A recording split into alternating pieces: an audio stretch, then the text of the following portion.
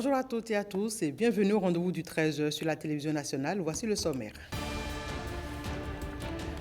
Mise en œuvre du projet d'aménagement et de bitumage de la route Djougou-Peunko-Ebani-Kwara. 110 jeunes bénéficient de 2 mois de formation dans les métiers des BTP à Parakou et à Lomé.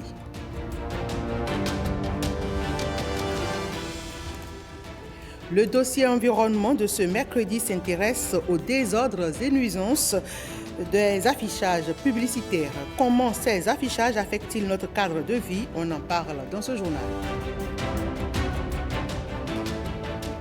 8e édition du Festival national du sport féminin. La commune de Dogbo a abrité les activités. Retour sur les moments forts dans ce 13h.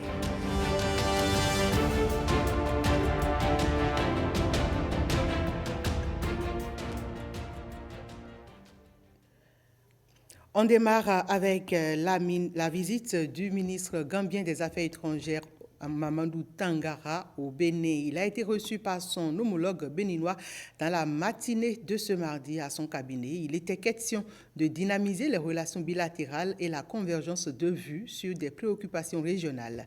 Il s'est confié à Marcel Ahossi Ramatoulawani à sa sortie d'audience. En venant ici, j'ai découvert un pays en progrès, vraiment très fortement impressionné par ce que j'ai vu. Je suis venu dans le cadre de nos consultations sur le plan bilatéral pour discuter d'un certain nombre de sujets. On a essayé de faire un peu le tour de ce qui se passe dans la sous-région et au-delà. Et il y a une convergence de vues qui est notoire et on salue cela. Et on a aussi discuté de certains problèmes au niveau de la CEDEAO. Et pour essayer d'avoir une convergence de vues, d'échanger et de voir dans quelle mesure on peut faire face aux défis qui s'imposent à nous aujourd'hui. Et dans ce sens-là aussi, je suis content de vous dire que nous avons une parfaite convergence et nous comptons travailler main dans la main. Sur le plan bilatéral aussi, on va essayer de voir comment renforcer les relations entre la Gambie et le Bénin. Moi, c'est la première fois que je viens dans ce beau pays. Et j'avais hâte de venir ici. Moi, je suis fortement impressionné par le développement au niveau des infrastructures et par le combat aussi que mène le président Talon pour récupérer les biens culturels de l'Afrique et les préserver en Afrique. Parce que moi, je suis convaincu que nous ne devons pas accepter que les autres nous définissent et qu'on a le devoir de prendre en main notre destin. Fin de la tournée statutaire dans le département de l'Alibori. Le préfet Ahmed Bello Kissama a bouclé sa mission par les communes de Segbana et Kandi. L'essor des communes réside dans l'engagement de ses citoyens à s'investir davantage dans les questions de développement, a laissé entendre le préfet de l'Alibori. Le reportage est signé Judikaël Ayena et Ousmane Baparapé. Kandi, la ville Carrefour en plein chantier. Et le gouvernement du président Talon mérite un satisfecit pour ces réformes engagées. Dans le domaine de l'assainissement, la ville de Kandi est bénéficiaire non seulement de la réalisation de la traversée en double voie, mais aussi des projets briques et asphaltage. Nous exprimons notre gratitude à l'endroit de notre chef de l'État, chef du gouvernement, Son Excellence Patrice Athanase Guillaume Talon.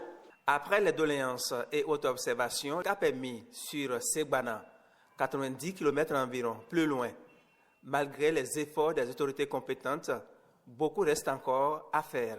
La construction du pont sur le fleuve de la Sota, pont métallique, la construction du stade omnisport, la construction de l'arène culturelle de Segbana et de la réhabilitation de la voie Kandi-Segbana, frontière Nigeria, dans le cadre de l'ouverture du corridor. C'est difficile de circuler actuellement à Kandi parce que la traversée de la ville est en chantier. Il y a d'autres chantiers aussi qui s'annoncent ou bien qui sont en train de prendre corps. L'asphaltage qui est... Donc on est déjà les prémices, ainsi que d'autres chantiers d'infrastructure, la cité administrative et qui devrait abriter la préfecture ainsi que les directions départementales. Mais en dehors de ça, il y a des défis énormes à relever à Kandé. C'est pour ça que nous ne cessons jamais de rappeler à leur devoir les membres du conseil communal. À Segbana, actuellement, l'État investit beaucoup. L'État essaie quand même de permettre aux populations de Segbana de mieux se sentir, que ce soit sur le plan sécuritaire. Vous avez vu comment la sécurisation du corridor Kandé-Segbana-Samia, les conflits qu'on déplore au niveau des chefferies traditionnelles, c'est légion dans cette partie du département. Et surtout aussi, au niveau de l'éducation, nous avions déployé la déperdition scolaire, vraiment qui prend des proportions inquiétantes. Avis donc à tous les acteurs du système éducatif. Remobiliser ces hommes pour plus de professionnalisme dans leur métier, c'est le maître mot au cœur de la tournée de sensibilisation auprès des unités policières dans la Libourie. À Kandji, le directeur général de la police républicaine est parti sensibiliser ses troupes sur leur mission républicaine. Le reportage est signé Jude Kaelaïna et Ousmane Baparapi. Cher commandant d'unité, au fur et à mesure qu'on sera en train de se parler, Rôle et responsabilité des chefs d'unité dans toutes les circonstances. Soumaïla Alabiyaya, le directeur général de la police républicaine, saisit la question d'actualité pour mieux faire passer le message. Vous n'êtes pas sans savoir que depuis quelques jours, la police fait l'objet de critiques de la part de certains citoyens par rapport à ce qui s'est passé et qui est véritablement indigne de l'institution à laquelle nous appartenons. Et je crois qu'aujourd'hui, les choses sont rentrées dans l'ordre parce que les gens avaient peut-être pensé qu'on allait protéger le personnel fautif, mais ils n'ont pas été protégés. Ils ont fait l'objet d'une procédure judiciaire et la procédure administrative est en cours. Ils seront forcément punis. Mais la répétition est pédagogique. On a voulu quand même rappeler à nos camarades ce qu'ils doivent faire et ce qu'il leur est interdit de faire. Parce que notre institution, la police républicaine, est au service des populations, qu'elle est appelée à protéger et qu'elle est appelée à éduquer dans le cadre des grands principes qui régissent la sécurité d'un pays. Et plus jamais cela au Bénin, a conclu le directeur général de la police républicaine. Un tour à présent sur l'un des grands chantiers routiers du PAG, le boulevard des Rails au cœur de la ville de Porto Novo. Une matérialisation de la phase 1 du projet asphaltage du gouvernement qui participe à la transfiguration de la ville aux 3 noms, capitale du Bénin. Jérôme Hungbo nous amène faire un tour sur le boulevard des Rails.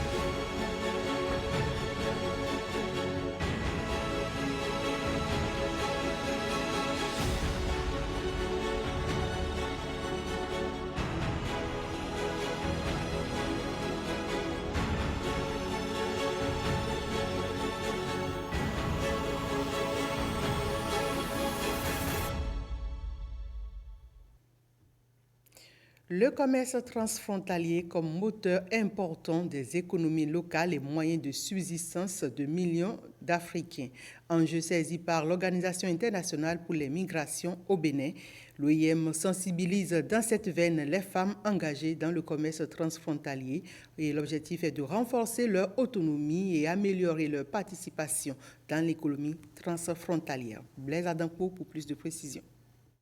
Traverser le corridor Abidjan-Lagos pour les femmes revendeuses peut paraître un calvaire. On va souvent au Ghana acheter du poisson à revendre. Avant de nous laisser traverser la frontière, on nous facture la marchandise et dans la foulée, l'état des poissons frais se détériore et ne sont plus généralement consommables. En réponse à ces problèmes, l'Organisation internationale pour les migrations Bénin apporte un début de solution. Elle met un point d'honneur sur la formation et la sensibilisation de ces femmes qui jouent un rôle important dans le commerce transfrontalier à petite échelle entre le Bénin, le Togo et le Ghana. Il faudrait quand même les amener, les sensibiliser sur l'importance de ces papiers-là, surtout la carte d'identité, qui va leur permettre quand même de traverser sans grand problème. L'autre objectif également, c'est de les outiller à avoir les bonnes pratiques en matière d'entrepreneuriat. Elles en ont besoin pour diversifier ce qu'elles savent faire le mieux, c'est-à-dire le commerce. La formation que l'OIM nous donne aujourd'hui est bénéfique. Ça nous aide à mieux développer nos activités commerciales, nos allées et retours, nos droits et devoirs. L'OIM Bénin travaille ardemment à instaurer une atmosphère favorable au niveau des frontières. Et depuis 2012, elle collabore avec le gouvernement pour relever les défis liés à la migration. Les affichages publicitaires, le fléau des grandes villes, il continue de fleurir les rues de Cotonou et les villes du Grand Okoué malgré les multiples rappels à l'ordre du gouvernement. Il est désormais déterminé à mettre fin au désordre. Et le dossier environnement de ce mercredi se penche sur la question de ces affichages sauvages qui occasionnent des nuisances et affectent le cadre de vie. Amandine Anyaboussou. Un paysage urbain défiguré. Les murs, les poteaux, les façades, tout est bon pour y apposer une affiche publicitaire au mépris de la loi. Un véritable fléau qui ternit l'image des communes et porte atteinte au cadre de vie. Du point de vue esthétique, c'est pas joli quand on est dans un pays qu'on voit des papiers collés un peu partout, c'est pas joli à voir. Et aussi du point de vue environnemental, nous savons bien que les papiers contiennent des substances nocives qui affectent la santé. Les personnes collent les affiches un peu partout et pas que lors des élections, même également les entreprises, les PME collent les affiches sur les murs d'école, sur les murs d'église, un peu partout dans l'espace public et c'est polluant et c'est salissant. Au-delà de tout, c'est la beauté de notre ville. Et il y a la question sécuritaire. La plupart en collent sur les panneaux d'orientation et tout sur les voies qui empêchent vraiment la visibilité. Pourtant, il existe une réglementation à la matière. N'importe qui ne peut pas afficher n'importe où et notamment dans l'espace public. De fait, tout affichage à caractère publicitaire ou non qui ne respecte pas les dispositions prévues par la loi est considéré comme affichage sauvage. Aucun pays ne se développe dans l'insalubrité, ni dans la pollution esthétique, ni avec des habitants malades. À l'heure de la digitalisation, nous pouvons aussi solliciter les privés comme les publics à la mise en place des panneaux de signalisation numérique pour faciliter cet état de choses. Le secteur de l'affichage publicitaire au Bénin est encadré par un décret qui date de septembre 2023 et qui régit la publicité dans les communes du Grand Okoué. Le gouvernement tape donc de poing sur la table en interdisant les affichages sauvages à Cotonou et environ. L'objectif est de prévenir la dégradation de la qualité paysagère et environnementale des axes urbains des villes du Grand Okoué. Ça pose un problème du respect du cadre réglementaire en matière de publicité dans la ville de Cotonou et dans les grandes villes du Bénin.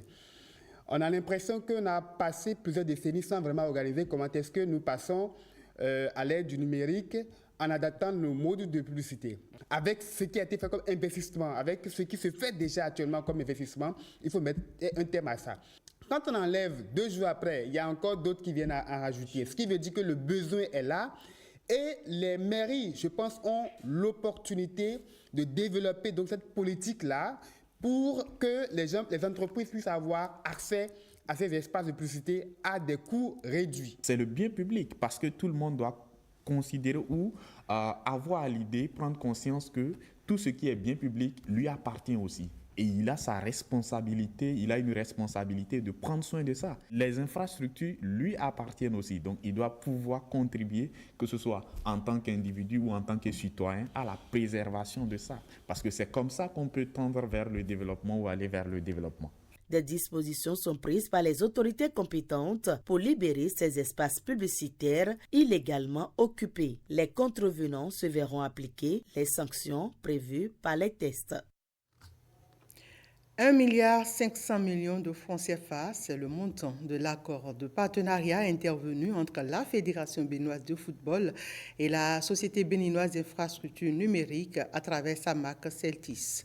Un investissement global réparti sur une durée de 5 ans et qui vient renforcer les stratégies de montée en puissance des Guépards, des Amazones et des clubs. Reportage. Chaque week-end, sur les pelouses des 22 stades omnisports construits par le gouvernement, le football déchaîne les passions sur l'ensemble du territoire national. L'émotion est encore vive quand il s'agit des Guépards, qualifiés récemment pour la 5e Coupe d'Afrique des Nations de leur histoire, ou encore des Amazones engagées dans les différentes compétitions. Pour davantage faire vibrer cette jeunesse passionnée du sport roi, la Fédération béninoise de football peut désormais compter sur l'ASBIN à travers Celtis. Ce partenariat est le fruit de plusieurs mois d'échanges et de réflexions stratégiques. Il repose sur une conviction: le football est un levier clé pour le développement social, culturel et économique du Bénin. Cet accord de partenariat vient à point nommé pour booster notre discipline commune et l'accompagnement de l'ASBIM ce jour est un élément motivateur qui nous permet de continuer à travailler pour mériter davantage votre confiance. Mathurin Deschacus et Omar Gueye Ndiaye concrétisent le partenariat entre la FBF et Celtis à travers leur signature, échange des paraphes, sous le regard du patron des sports, Benoît Dato. Nous sommes conscients qu'il reste encore des pas à franchir, à savoir créer encore l'écosystème qu'il faut autour de cette discipline, qui est une discipline qui permet d'avoir pas mal de ressources et de développer des modèles économiques performants avec de fortes rentabilités. Et nous devons nous employer à atteindre ces sommets-là. C'est un vent nouveau qui va souffler sur le football béninois pour les 5 prochaines années. Sur cette période, Celtis Bénin va injecter 1,5 milliard de francs CFA pour promouvoir la discipline.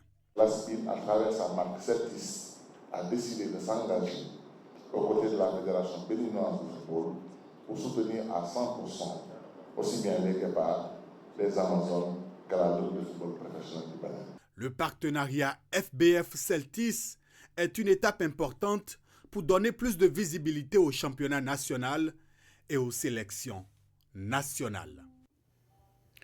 2 mois de formation pour 110 jeunes dans les métiers des BTP à Parakou et dont une partie se fera à Lomé au Centre régional de formation pour l'entretien routier. Il s'agit d'un projet d'appui à l'employabilité des jeunes issus de la zone d'influence du projet d'aménagement et de bitumage de la route Djougou, Peunko, Kérou, Banekwara et dont le lancement a eu lieu le vendredi dernier à Parakou. À la faveur de la composante C du projet d'aménagement et de bitumage de la route Djougou, Peunko, Kérou, Banikwara, 220 jeunes au total sont formés au métier de bâtiment et travaux publics. Il s'agit de mettre en place des mesures d'accompagnement aux populations vivant dans la zone d'influence du projet en appuyant au fait l'employabilité des jeunes. Quand on est allé voir les dossiers à Nati Tembou, on était vraiment surpris de constater que pour 200, on avait près de 3000 candidatures. Pour dire que vraiment le besoin est là.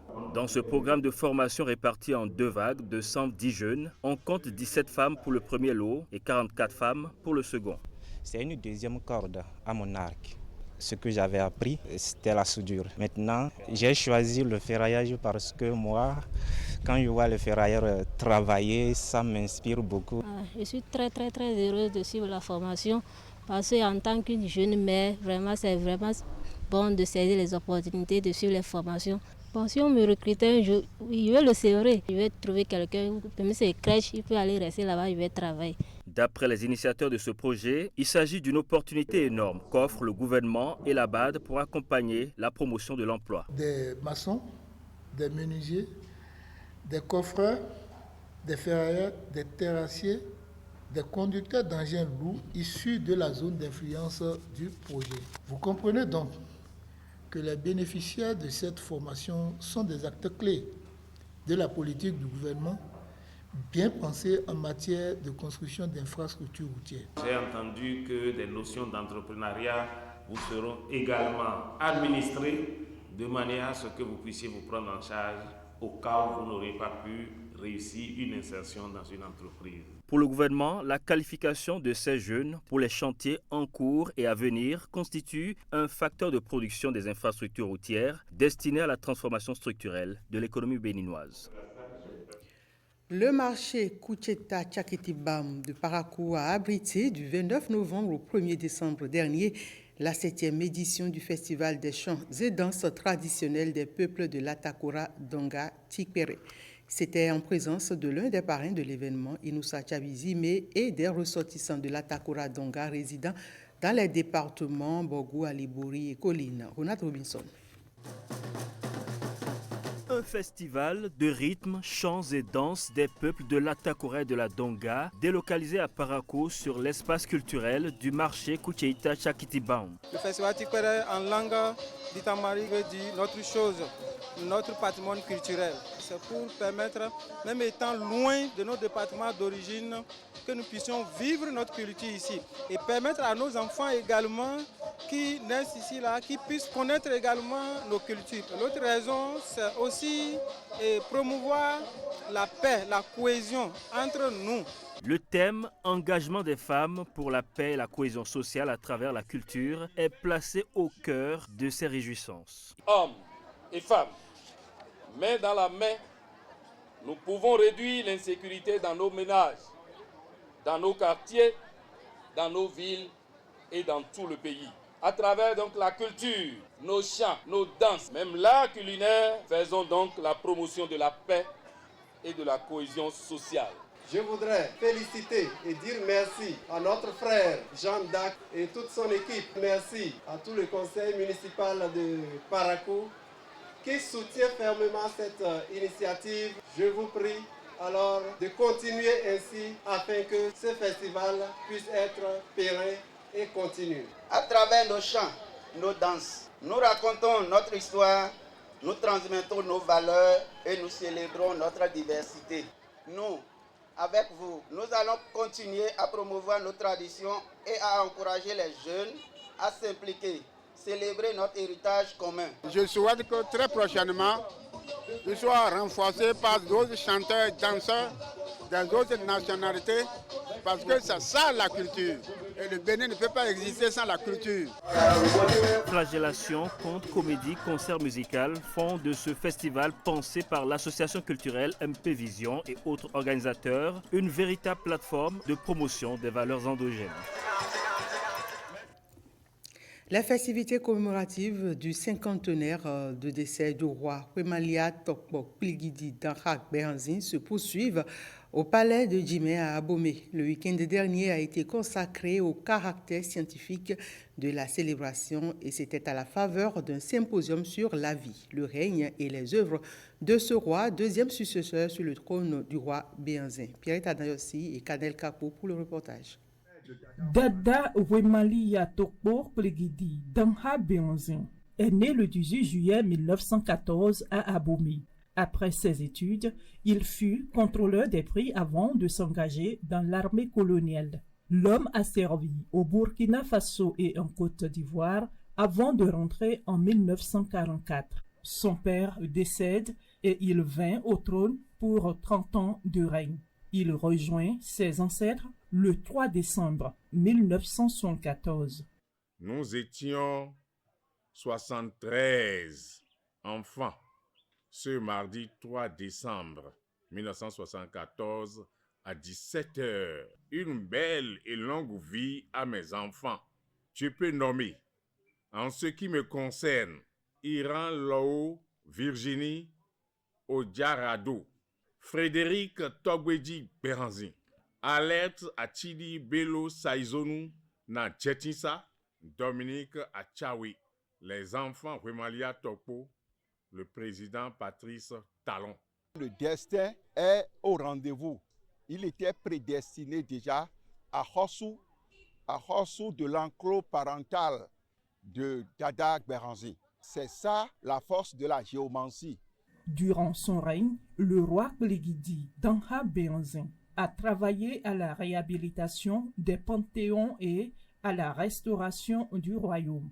C'est le roi Tokpo qui initia et régla définitivement la longue crise familiale entretenue pendant 25 ans par les frères Gangozun Akbidinukun et Ganslego Akbidinukun, avec leurs partisans de part et d'autre au sein de la grande collectivité royale Akbidinukun-Kelele. Nous étions en crise, la crise sévère entre des frères Ganslego Akbidinukun, Gangozun Akbidinukun.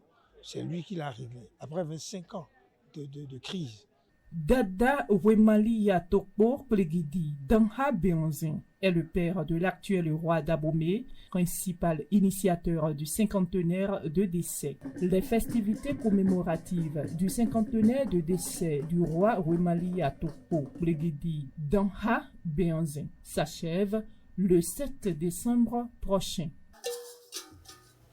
Parlons à présent de promotion et développement des activités sportives au Bénin. La commune de Dogbo a abrité la 8e édition du Festival national du sport féminin, une initiative du ministère des Sports mise en œuvre par la direction du sport et de la formation sportive qui a pour objectif, bien sûr, de déceler les talents féminins dans la catégorie des U17 des 12 départements du Bénin.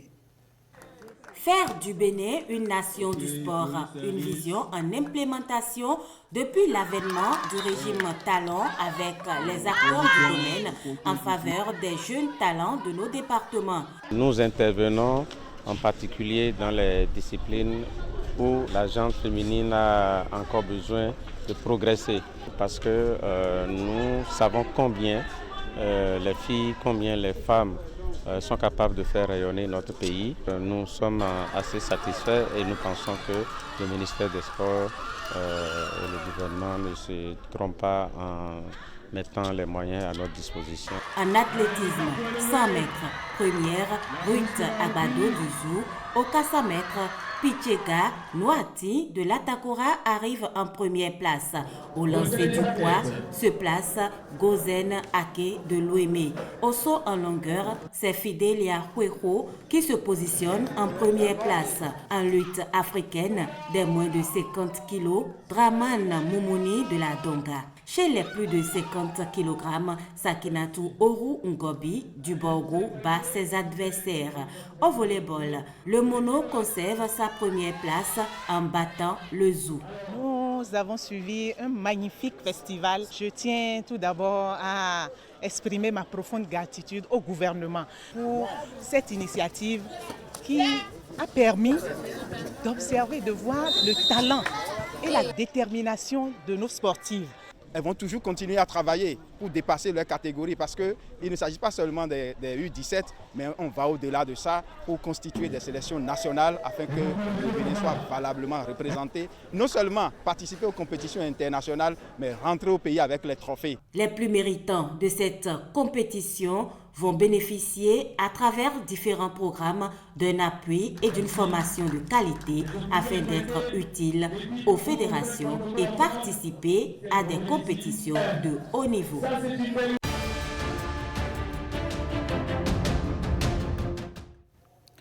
L'actualité internationale en brève à présent, c'est avec Blaise Adampo.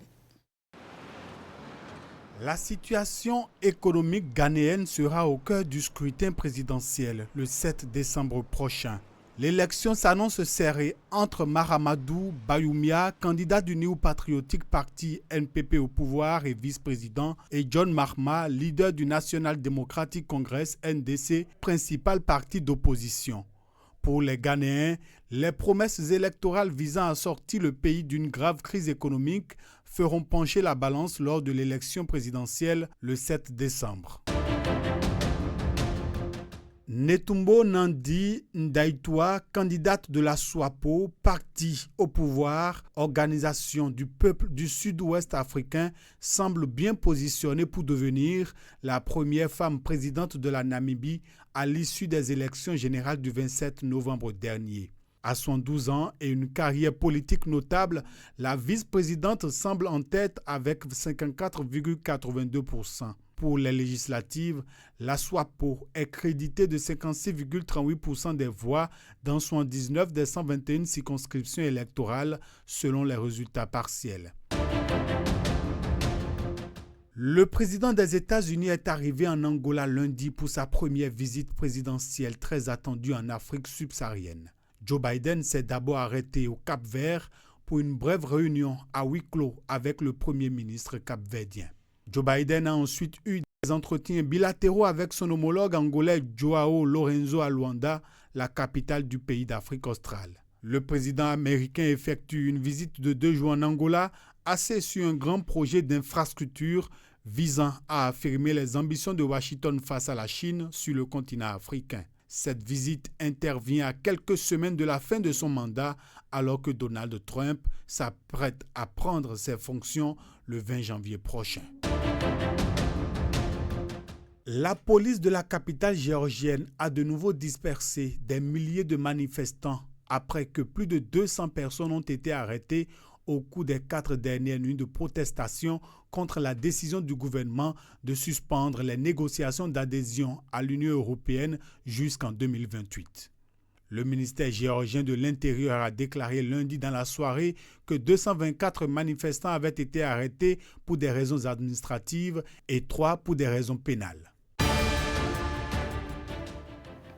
C'est la fin de cette édition. Merci à toutes et à tous de l'avoir suivi.